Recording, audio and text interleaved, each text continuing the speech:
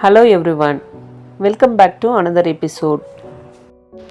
So இன்றைக்கி நம்ம எபிசோடில் என்ன பார்க்க போகிறோன்னா, ஒரு சூப்பர் சீஸியான அதே சமயம் ரொம்ப சிம்பிளான ஒரு பீட்சா எப்படி பண்ணுறதுன்னு பார்க்கலாம். ரொம்பவே சிம்பிளான டாப்பிங்ஸ் யூஸ் பண்ணி அட் த சேம் டைம் ரொம்ப டேஸ்டியான சீஸியான பீட்சா எப்படி பண்ணுறதுன்னு நான் ஷேர் பண்ணியிருக்கேன். ஸோ வீடியோ ஸ்கிப் பண்ணாமல் ஃபுல்லாக பாருங்கள். நம்ம சேனல் இன்னும் சப்ஸ்கிரைப் பண்ணலைன்னா சப்ஸ்கிரைப் பண்ணிக்கோங்க. இப்போ டோ ரெடி பண்ணுறதுக்கு ஃபஸ்ட்டு நம்ம ஈஸ்ட் ஆக்டிவேட் பண்ணணும். ஸோ ஒரு 5 கிராம்ஸ் 1 டீஸ்பூன் அளவு ஈஸ்ட், அப்புறமா ஒரு டீஸ்பூன் அளவு சுகர் ஆட் பண்ணியிருக்கிறேன். அதுக்கப்புறம் லியூக் வார்ம் வாட்டர், ரொம்ப வெதுவெதுப்பான தண்ணி வந்து ஆட் பண்ணி இதை ஒரு 5லேருந்து 10 நிமிஷம் வந்து நம்ம வந்து ரெஸ்ட்டில் வச்சிடலாம். இப்போ ஈஸ்ட் வந்து நல்லா ப்ளூம் ஆகி ஆக்டிவேட் ஆகி வரட்டும். ஈஸ்ட் வந்து ஆக்டிவ் ட்ரை ஈஸ்ட், இன்ஸ்டன்ட் ஈஸ்ட்டுன்னு 2 இருக்குது. ஸோ நான் இங்கே வந்து இன்ஸ்டன்ட் ஈஸ்ட்டு தான் யூஸ் பண்ணியிருக்கேன். ஸோ இந்த கேப்பில் நம்ம டோக்கு ப்ரிப்பேர் பண்ணிடலாம். இப்போ வந்து 1 கப் அளவுக்கு மைதா மாவு எடுத்துருக்கிறேன். இது வந்து 125 கிராம்ஸ் அளவு மைதா மாவு. இது கூட ஒரு 1/2 டீஸ்பூன் அளவுக்கு சால்ட் ஆட் பண்ணிவிட்டு மைதாவோட உப்பை நல்லா மிக்ஸ் பண்ணிடணும். ஸோ ஈஸ்ட்டு வந்து உப்பு மேலே பட்டுச்சு அப்படின்னா ஈஸ்ட்டு வந்து டை ஆயிரும். ஸோ உப்பையும் மாவையும் நல்லா மிக்ஸ் பண்ணிவிட்டு அதுக்கப்புறம் கொஞ்சமாக சில்லி ஃப்ளேக்ஸ் கொஞ்சமாக ஒரு 1/4 டீஸ்பூன், அதுக்கப்புறம் ஓரிகானோ இருந்துச்சுன்னா அதுவும் கொஞ்சமாக போட்டுட்டு, இது 2மே ஆப்ஷனல் தான். டோ வந்து ஃப்ளேவராக இருக்கணும்னா இந்த மாதிரி நம்ம போட்டுக்கலாம். இதையும் நல்லா மிக்ஸ் பண்ணிக்கலாம். ஈஸ்ட் வந்து இப்போ நமக்கு ஆக்டிவேட் ஆகிடுச்சு. இந்த மாதிரி மேலே பபிள்ஸாக இருந்துச்சு அப்படின்னா ஈஸ்ட் ஆக்டிவேட் ஆகிடுச்சு அப்படின்னு வந்து நமக்கு தெரிஞ்சுக்கணும். இதை வந்து இப்போ நம்ம டோவில் ஊற்றிட்டு நல்லா மிக்ஸ் பண்ணி விட்டுக்கலாம். டோவை நல்லா மிக்ஸ் பண்ணிவிட்டு கொஞ்சம் கொஞ்சமாக தண்ணி வந்து ரொம்ப ஆட் பண்ணிடக்கூடாது. கொஞ்சம் கொஞ்சமாக ஆட் பண்ணி மாவெல்லாம் ஒன்று சேர அளவுக்கு கொஞ்சம் கொஞ்சமாக தண்ணி ஆட் பண்ணிவிட்டு மாவை ஒன்று சேர்த்து எடுத்துக்கலாம்.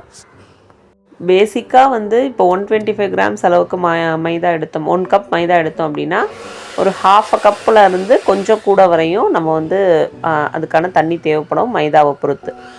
இப்போ வந்துட்டு மாவு நல்லா ஒன்று சேர்ந்துருச்சு. ஸோ இந்த கன்சிஸ்டன்சி வந்ததுக்கப்புறம் இதை ஒரு கவுண்டர் டாப்பில் நம்ம வந்து மாற்றிக்கலாம். கவுண்டர் டாப்புக்கு மாற்றினதுக்கப்புறமா இதோட ஒரு டீஸ்பூன் அளவுக்கு மட்டும் ஃப்ளேவர்லெஸ் ஆயில் ஏதாவது நல்லா ஆட் பண்ணிவிட்டு இப்போ மாவை வந்து நல்லா நீட் பண்ணி எடுக்க போகிறோம். ஃபஸ்ட்லேருந்து நல்லா நோட் பண்ணிகிட்டே வாங்க. மாவை இந்த மாதிரி புல் பண்ணிவிட்டு அதுக்கப்புறமா ஸ்ட்ரெச் பண்ணிவிட்டு அதுக்கப்புறமா ஒரு ஃபோல்டு ஸ்ட்ரெச் பண்ணிவிட்டு இந்த மாதிரி ஒரு ஃபோல்டு, இதுக்கு பேர் ஸ்ட்ரெச் அண்ட் ஃபோல்டு மெத்தட். இந்த மாதிரி ஸ்ட்ரெச் பண்ணி ஃபோல்ட் பண்ணி இப்போ வந்து நமக்கு மாவு எப்படி இருக்குதுன்னு பாருங்கள். டோ வந்து பிஞ்சுக்கிட்டே வருது இல்லையா, 2ஆக பிரிஞ்சிருச்சு. ஸோ இது வந்து நல்லா ஸ்ட்ரெச் ஆகிற அளவுக்கு நல்லா இழுத்து பிணையணும். நான் எப்போவுமே நம்ம பண்ணுற பீட்சாவாகட்டும், ப்ரெட்ஸ் ஆகட்டும், பன் ஆகட்டும், என்ன பண்ணாலும் நமக்கு மாவு நீட் பண்ணுறதுல தான் இருக்குது. ஸோ மாவை நீட் பண்ணும்போது கிட்டத்தட்ட 7 to 10 நிமிஷம் வரையும் நல்லா வந்து நீட் பண்ணி எடுத்துக்கணும். எப்போவுமே மாவை நீட் பண்ணும்போது கையோடைய இந்த ஏரியா இருக்குது இல்லையா, இதை வச்சு தான் நம்ம வந்து பிசைஞ்சு எடுக்கணும். இதில் வச்சுட்டு நல்லா இந்த மாதிரி ஸ்ட்ரெச் பண்ணி திரும்ப உள்ளே இழுத்துட்டு இந்த மாதிரி நல்லா வந்து நீட் பண்ணிக்கோங்க. ஃபர்ஸ்ட் மாவு பிணையும் போது நமக்கு பிரேக் ஆச்சு இல்லையா, இப்போ பாருங்கள் எந்த அளவுக்கு ஸ்ட்ரெச் ஆகுதுன்னு. ஸோ இந்த மாவு ரெடி ஆயிடுச்சா நமக்கு எப்படி தெரிஞ்சுக்கலான்னா, கொஞ்சமாக எடுத்து கையில் இந்த மாதிரி பால் மாதிரி பண்ணிவிட்டு அதோட ஓரங்கள்லேருந்து ஸ்ட்ரெச் பண்ணிகிட்டே வரணும். இந்த மாதிரி நான் காட்டுற மாதிரி ஓரத்துலேருந்து இந்த மாதிரி இழுத்துக்கிட்டே வந்தோம் அப்படின்னா பிரேக் ஆகாமல் நமக்கு வரணும். நடுவில் வந்து எந்த வித பிரேக்குமே இருக்கக்கூடாது. இந்த மாதிரி கிளியராக நமக்கு வந்து இழுக்க வந்துகிட்டே இருக்கணும். ஸோ இந்த மாதிரி க்ளூட்டன் ஃபார்மேஷன் இருந்தால் தான் நம்ம பண்ணுற ப்ரெட்டு பன்னு எல்லாமே வந்து நமக்கு சாஃப்டாக இருக்கும். ஸோ நான் கிட்டத்தட்ட ஒரு 10 மினிட்ஸ் வந்து கையில் நீட் பண்ணியிருக்கேன். இப்போ வந்து நமக்கு மாவு வந்து பர்ஃபெக்டாக ரெடி ஆயிடுச்சு. இதில் வந்து நம்ம தெரிஞ்சுக்கலாம் கரெக்டாக வந்துருச்சுன்னு. இப்போ நீங்கள் இப்படி பண்ணும்போது நடுவில் பிரேக் ஆச்சு அப்படின்னா திரும்ப ஒரு 2லேருந்து 3 நிமிஷம் வரையும் வந்து பிசைஞ்சு எடுத்துக்கணும். ஸோ இதை வந்து நல்லா ஒரு பால் மாதிரி நல்லா ஷேப் பண்ணி ரவுண்ட் பண்ணிவிட்டு ஒரு ஆயில் க்ரீஸ் பண்ண பவுலில் வச்சுட்டு ஃபஸ்ட்டு ப்ரூஃபிங்க்கு வந்து நம்ம வைக்க போகிறோம், ப்ரூஃப் பண்ண போகிறோம். ஸோ இந்த மாதிரி நல்லா உள்ளக்க எல்லாத்தையும் டக் பண்ணிவிட்டு ஈவனான பால் ஷேப்புக்கு கொண்டு வந்துட்டு இந்த மாதிரி ஒரு சாஃப்டான டோவாக பிசைஞ்சு எடுத்துக்கலாம். இதை வந்துட்டு நம்ம இப்போ பவுலில் நல்லா வந்து சுற்றிலும் அதுக்கப்புறம் அடியிலையும் நல்லா ஆயில் க்ரீஸ் பண்ணிவிட்டு ப்ரூஃபிங்க்கு வச்சிடலாம். கிட்டத்தட்ட 1 hourலேருந்து 2 hours வரையும் நீங்கள் இருக்கிற இடத்த பொறுத்து மாறும். இதோட கணக்கு என்னென்னா, நம்ம வச்ச மாவு வந்து டபுள் சைஸாக ஆகணும். டபுள் ஆகிற வரையும் வந்து ரெஸ்ட் பண்ணியும் எடுக்கணும். இதுதான் வந்து ப்ரூஃபிங். ஒருவேளை நீங்கள் நல்ல ஹாட்டான கிளைமேட்டில் இருக்கீங்க அப்படின்னா ஒரு 45 மினிட்ஸில் கூட ப்ரூஃப் ஆகி வந்துடும். கோல்டான கிளைமேட்டில் இருக்கிற கண்ட்ரீஸில் இருந்தீங்கன்னா உங்களுக்கு கொஞ்சம் லேட் ஆகும். ஸோ இதை ஒரு கிளிங் ரேப் போட்டுட்டு நம்ம வந்து மேலே ஒரு டவல் போட்டு க்ளோஸ் பண்ணிவிட்டு இதை ஒரு நல்லா கொஞ்சம் ஹாட்டான இருக்கிற இடத்துல வச்சு எடுத்துக்கலாம். இது ப்ரூஃப் ஆகிட்டு இருக்க இந்த கேப்பில் நம்ம இதுக்கு தேவையான பீட்சா சாஸ் வந்து ரெடி பண்ணிக்க போகிறோம். ஸோ இதுக்கு ஒரு பேனை வச்சுட்டு கொஞ்சமாக ஆயில் ஆட் பண்ணிவிட்டு ஒரு நான் சொல்கிற இந்த பீட்சா சாஸ் வந்து ஒரு லார்ஜ் பீஸாக நீங்கள் செய்கிறீங்க அப்படின்னா அதுக்கு வந்து கரெக்டாக வரும். ஸோ ஒரு வெங்காயத்தை வந்து நல்லா பொடியாக கட் பண்ணி ஆட் பண்ணிவிட்டு ஒரு 2லேருந்து 3 கார்லிக் பார்ட்ஸ் 3 பூண்டை வந்து நம்ம கிரேட் பண்ணி அதையும் சேர்த்து ஆட் பண்ணிவிட்டு நல்லா சாட்டே பண்ணி எடுத்துக்கலாம். வெங்காயம் வந்து எண்ணெயில் கொஞ்சம் ஓரளவு வதங்கினதுக்கப்புறமா ஒரு 2 கொஞ்சம் மீடியம் சைஸ் தக்காளி வந்து நல்லா கொஞ்சம் பழமான தக்காளி கட் பண்ணி சேர்த்துக்கோங்க. கட் பண்ணிவிட்டு அதையும் நல்லா இதோடு சேர்த்து மிக்ஸ் பண்ணிவிட்டு இதுக்கு தேவையான அளவு கொஞ்சமாக உப்பை ஆட் பண்ணிவிட்டு நல்லா மிக்ஸ் பண்ணிக்கலாம். நல்லா மிக்ஸ் பண்ணிவிட்டு மூடி போட்டு ஒரு 2 நிமிஷம் தக்காளி நல்லா மேஷ் ஆகிற அளவு குக் பண்ணி எடுத்துக்கிடுவோம். இப்போ நல்லா ஒரு 2 நிமிஷத்துக்கு அப்புறமா இந்த மாதிரி நல்லா மேஷ் ஆயிரும். தக்காளி மூடி போட்டு குக் பண்ணோம் அப்படின்னா ரொம்ப சீக்கிரமாகவே குக் ஆயிரும். இந்த ஸ்டேஜில் அடுப்பை நல்லா ஆஃப் பண்ணிவிட்டு நல்லா ஆறுனதுக்கப்புறம் மிக்சியில் போட்டு கிரைண்ட் பண்ணி எடுத்துக்கலாம். திரும்பவும் பேனில் கொஞ்சமாக ஆயில் சேர்த்துட்டு நம்ம கிரைண்ட் பண்ணி வச்சுருக்கிற அந்த பேஸ்ட்டை உள்ளே ஆட் பண்ணிக்கலாம். இந்த மாதிரி நல்லா கிரைண்ட் பண்ணி எடுத்துக்கோங்க. எண்ணெய் காஞ்சதுக்கப்புறமா இதை உள்ளே சேர்த்துட்டு எண்ணெயில் இந்த பேஸ்ட்டை வந்து நல்லா வந்து மிக்ஸ் பண்ணிக்கலாம். மிக்ஸ் பண்ணிவிட்டு இது கூட சீசனிங்காக ஒரு 2-3 திங்ஸ் வந்து ஆட் பண்ண போகிறோம்.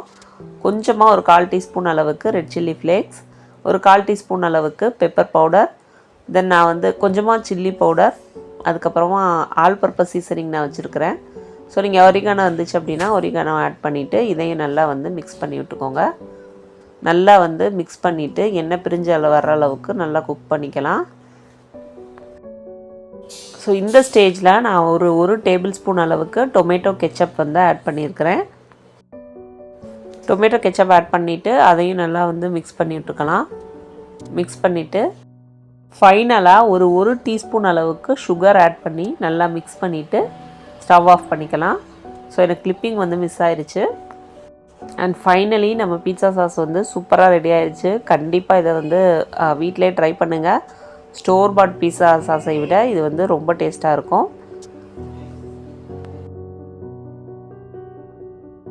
ஸோ கிட்டத்தட்ட 1.5 ஹவர்ஸ்க்கு அப்புறமா எனக்கு வந்து மாவு டபுளாகி கிடச்சிச்சு. ஸோ இதை வந்து வெளியில் எடுத்துட்டு மாவை நல்லா டீகேஸ் பண்ணி எடுத்துக்குவோம். அதோட கேஸ் எல்லாம் பஞ்ச் பண்ணி ரிமூவ் பண்ணிவிட்டு இந்த மாதிரி கையிலே நல்லா விரித்து எடுத்துக்கலாம். கையிலே எடுத்துக்கலாம், இல்லைனா வந்து ரோலிங் பின் வச்சோ நம்ம வந்து நல்லா வந்து பரத்தி எடுத்துக்கிடுவோம். இது வந்துட்டு ஒரு மீடியம் சைஸ் பீட்சா. இந்த மாதிரி நல்லா பரத்துனதுக்கப்புறம் நம்ம எந்த பேனில் பேக் பண்ண போகிறோமோ அந்த பேனில் வந்து நம்ம அதை வச்சுக்கலாம். வச்சுட்டு நல்லா அந்த பேன் சைஸ்க்கு நல்லா இந்த மாதிரி கையை வச்சு இழுத்து விட்டிங்கன்னா ஈஸியாக வந்து அது இழுக்க வந்துடும். இந்த மாதிரி நல்லா இழுத்து விட்டுட்டு வச்சு எடுத்துக்குவோம். ஸோ இதை நல்லா இப்போ வந்து ஷேப் பண்ணிவிட்டு இது மேலே நம்ம ஒரு ஃபோர்க் வச்சுட்டு நல்லா வந்து ப்ரிக் பண்ணி எடுத்துக்குவோம். இந்த மாதிரி ஃபோர்க்கை வச்சு எல்லா இடத்துலையும் இந்த மாதிரி குத்தி எடுத்துக்குவோம். நமக்கு எதுக்காக அப்படி பண்ணுறோம் அப்படின்னா பேக் பண்ணும்போது இந்த ப்ரெட் வந்து ரைஸ் ஆகாமல் இருக்கிறதுக்காக இந்த மாதிரி பண்ணுறோம். அந்த பேஸோட எல்லா பக்கமும் இந்த மாதிரி நல்லா ஃபோர்க் வச்சு இது பண்ணி குத்தி எடுத்துக்கோங்க. நெக்ஸ்ட் இது மேலே நம்ம வச்சுருக்க இந்த பீட்சா சாஸை நல்லா வச்சு எவ்வளோ தேவையோ அவ்வளோ அளவுக்கு நல்லா வந்து மேலே அப்ளை பண்ணி எடுத்துக்கலாம். அப்ளை பண்ணிவிட்டு இதுக்கு மேலே நம்ம வச்சுருக்க டாப்பிங்ஸ் எல்லாத்தையும் ஒன்று ஒன்றா அரேஞ்ச் பண்ணிக்கலாம். ஃபஸ்ட்டு நம்ம வச்சுருக்க ஆனியன்ஸை வந்து உள்ளே சேர்த்துக்கலாம். அதுக்கப்புறம் கொஞ்சமாக வந்து கேப்சிகம், அதுக்கப்புறம் நம்மளோட டொமேட்டோஸ் ஆட் பண்ணிக்கலாம். அப்புறம் கொஞ்சமாக ஸ்வீட் கார்ன் ஆட் பண்ணியிருக்கிறேன். ஸோ டாப்பிங்ஸ் வந்து நம்ம இஷ்டம்தான். ஃபைனலி எவ்வளோ தேவையோ அவ்வளோ தேவையான அளவு சீஸையும் ஆட் பண்ணிக்கலாம். இது ஒரு அரை மணி நேரம் மட்டும் அப்படியே ரெஸ்ட்டில் வச்சுக்கலாம். அரை மணி நேரத்துக்கு அப்புறமா ஒரு 235 டிகிரி செல்சியஸ்க்கு 15 to 20 மினிட்ஸ் பேக் பண்ணணும். 20 மினிட்ஸ்க்கு அப்புறம் இந்த மாதிரி ஓரன்லாம் நல்லா ப்ரௌன் ஆகி மேலெல்லாம் நல்லா சூப்பராக குக் ஆகி ஒரு சூப்பர் சாஃப்ட் அண்ட் சீஸியான பீட்சா நமக்கு ரெடி ஆயிடுச்சு. நீங்களும் வீட்டில் கண்டிப்பாக ட்ரை பண்ணி பாருங்கள். ஸோ வீடியோவோட எண்டுக்கு வந்துட்டோம். இந்த வீடியோ கொஞ்சமாவது உங்களுக்கு யூஸ்ஃபுல்லாக இருந்திருக்கும் அப்படின்னு நம்புகிறேன். இப்படி யூஸ்ஃபுல்லாக இருந்துச்சு அப்படின்னா வீடியோவை மறக்காமல் லைக் பண்ணுங்கள். Shall meet again in another video. Thanks for watching.